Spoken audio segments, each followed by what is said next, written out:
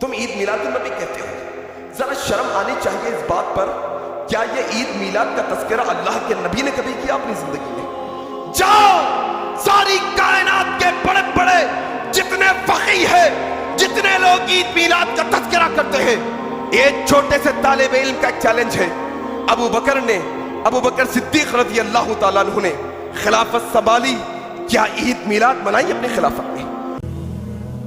یہ ماہ مبارک حضور صلی اللہ علیہ وسلم کی سیرت مطہرہ سے ایک بڑا گہرا تعلق رکھتا ہے۔ حضور کی ولادت باسعادت بھی اسی ماہ مبارک میں ہوئی، اگرچہ تاریخ کے بارے میں اختلاف ہے۔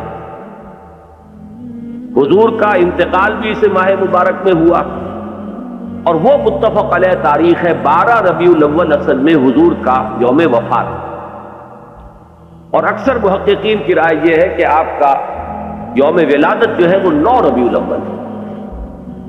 یہی وجہ ہے کہ مجھے یاد ہے کہ ہمارے بچپن میں اس دن کو جو لوگ کچھ تھوڑا بہت مناتے بھی تھے تو 12 وفات کے نام سے در حقیقت یہ نام یاد کیا جاتا تھا۔ حضور صلی اللہ علیہ وسلم کی وفات کا دن ہے، کچھ کھانا پکا کر کچھ غریبوں کو مساکین کو کھلانا، یہ در حقیقت چیز تھی کہ جو اب ہوتے ہوتے اس نے بہت ہی ایک دوسری صورت اختیار کر لی ہے۔ اب یہ ایک جشن بن گیا ہے اور ایک عید کا سا سما، بلکہ واقعہ یہ ہے کہ جو اصل 2 عیدیں ہیں وہ کہیں پیچھے چلی گئی ہیں، اور یہ جو 2 عیدیں ہم نے ایجاد کی ہیں، ایک عید میلاد النبی اور ایک عید استقلال، اگر ہم جائزہ لیں تو شاید یہ 2 جو ہے یہ زیادہ فور گراؤنڈ میں آ چکی ہیں۔ لیکن یہ کہ جہاں تک آپ کی ولادت اور آپ کے وفات کا اس ماہ مبارک میں ہونا ہے وہ ثابت ہے۔ مزید برآں حضور کا ورود مدینہ منورہ میں بھی ماہ ربیع الاول میں ہوا۔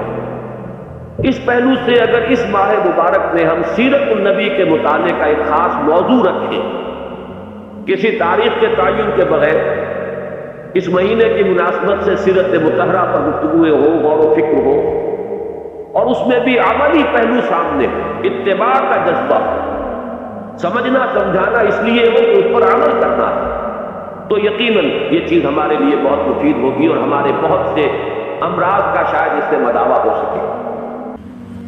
یقولون ما لا یفعلون و یفعلون ما لا یؤمرون، یہاں نوٹ کیجئے کہ وہ کہتے وہ تھے جو کرتے نہیں تھے، اور کرتے وہ تھے جس کا حکم نہیں۔ عید میلاد النبی کیا حضور کا حکم ہے؟ کیا اس کا کوئی ثبوت صحابہ سے ہے؟ کیا ہم صحابہ کے مقابلے میں حضور سے زیادہ محبت کرتے ہیں؟ لیکن تھا کوئی معاملہ ما لا یؤمرون، جس چیز کا حکم ہوا نہیں اس پر عمل ہو رہا۔ یہ ہے در حقیقت رسم پرستی، اور رسم کے اندر پھر اضافہ ہوتے چلا جاتا، اس پر ردے پر چڑھتے چلے جانا جو ہے۔ اور میلاد کے نام سے کسی خرافات سے اپنے آپ کو محفوظ رکھیے گا۔ یہ دھوم دھڑکے، یہ ڈھول باجے اور یہ رسے باندھ کر کے راستوں کو بلاک کر کے لوگوں کو اذیت پہنچانا، یہ میرے نبی کا طریقہ نہیں ہے۔ خوبصورت انداز سے گھروں میں درودوں کی محافل سجائیے گا، اپنے بچوں کو بٹھا کے سونے محمد پہ درود پڑھیے گا، مساجد میں حضور کے ذکر کی محافل کیجیے گا، صدقہ و خیرات کیجیے گا، اپنی ہمسائیگی پر، اپنی رشتہ داری پر غور کیجیے گا، اور جہاں ضرورت ہو وہاں آپ ان کی مدد کے لیے پہنچیں۔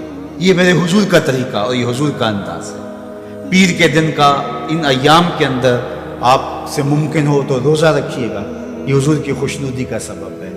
اللہ کے حضور شکرانے کے نوافل ادا کیجیے۔ عید میلاد النبی منانا، اس میں جشن کرنا، نبی صلی اللہ علیہ وسلم کی آمد پہ خوشی منانا، یہ اسلام میں کیسا ہے؟ پہلی بات تو یہ کہ 12 ربیع الاول نبی کا یوم ولادت ہے، اس پر کوئی صحیح روایت موجود نہیں ہے، اور اس کی وجہ یہی ہے کہ اللہ تعالیٰ نے اپنے نبی کی ولادت کے دن کو امت سے چھپا لیا ہے تاکہ اس میں خرافات، کیونکہ پچھلی امتوں نے کیا نا اپنے انبیاء کی ولادتوں کے دن کے ساتھ۔ لیکن اگر فرض کر لیں، لوگ بحث کرتے نہیں جی فلاں نے لکھا ہے تو فلاں نے لکھا ہے، چلو مان لیا کہ 12 ربیع الاول نبی کا یوم ولادت ہے، تو ہمیں رسول اللہ صلی اللہ علیہ وسلم کی سیرت میں یوم ولادت پہ کیا کرنا ملتا ہے؟ صحیح حدیث ہے کہ نبی صلی اللہ علیہ وسلم پیر کے دن کا روزہ رکھتے تھے۔ صحابہ نے پوچھا کیوں؟ آپ نے فرمایا یہ میرا یوم ولادت۔ اب دیکھو، پیر کو نبی نے روزہ رکھ کے یہ بتا دیا کہ اس میں عید کا تصور نہیں ہے، کیونکہ عید اور روزہ